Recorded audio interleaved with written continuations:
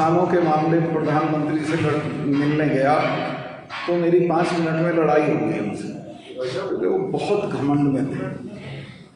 जब मैंने उन्हें कहा हमारे 500 लोग मर गए, तुम तो कुतियाँ मरती है तो चिट्ठी भेजते हो, तो उसने कहा मेरे लिए मरे। मैं कहा भाई आपके लिए तो मरे थे, जो आप राजा बने हुए हो उनकी वजह से। खैर झगड़ा हो गया मेरा। उन्होंने कहा तुम अमित शाह से मिलो। मैं अमित शाह से मिला। उसने कहा सत्ता इसकी अकल मार रखी है लोगों ने, तुम बेफिक्र रहो, मिलते रहो, ये किसी ना किसी दिन समझ में आ जाए।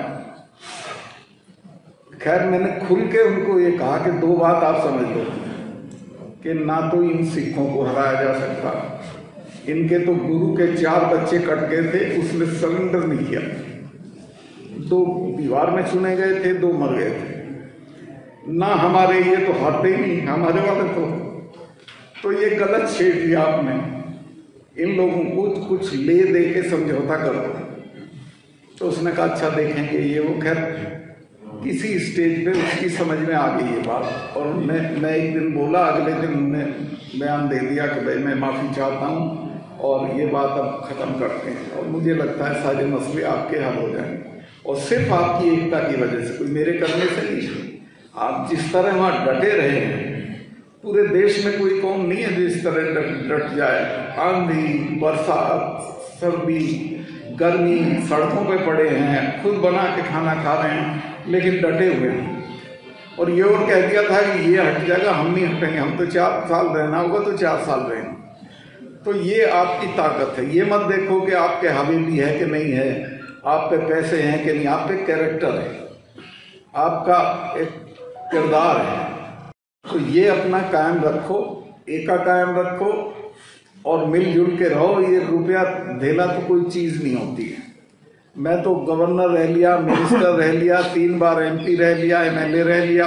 अब मैं रिटायर होऊंगा तो मेरे घर जाके रहने को घर नहीं। आप मेरा यकीन करो, वास्तव में नहीं है कोई घर, लेकिन वो मेरी ताकत है। उसी के बूते पे मैं प्रधानमंत्री से पंगा ले लिया, वरना मेरे तो ED और इनकम टैक्स और क्या क्या पहुंच जाता अगर मैं कुछ करता। जब मैं गया हूं तो 2 केस मेरे सामने आए जिनमें 250-150 करोड़ रुपए की रिश्वत ठहरी हुई थी। मैं उसको सुन गया, मैंने दोनों कैंसिल कर दिए।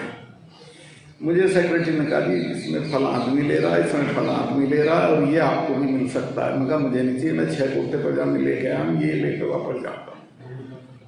और मैंने फौरन प्रधानमंत्री से समय लेके बता दिया, मैं कहा ये हैं आपके आदमी, आपका नाम लेते हैं। तो उन्होंने खैर उसकी मैं तारीफ करूँगा पीछे। उसने कहा कि तुम ठीक किया और करप्शन पे कोई समझौता मत करो। आज भी मैं कहता हूँ मेरी सबसे बड़ी ताकत यह है कि मैंने कोई भ्रष्टाचार पूरी राजनीति में नहीं किया, इसलिए मेरी तरफ कोई उंगली नहीं उठा।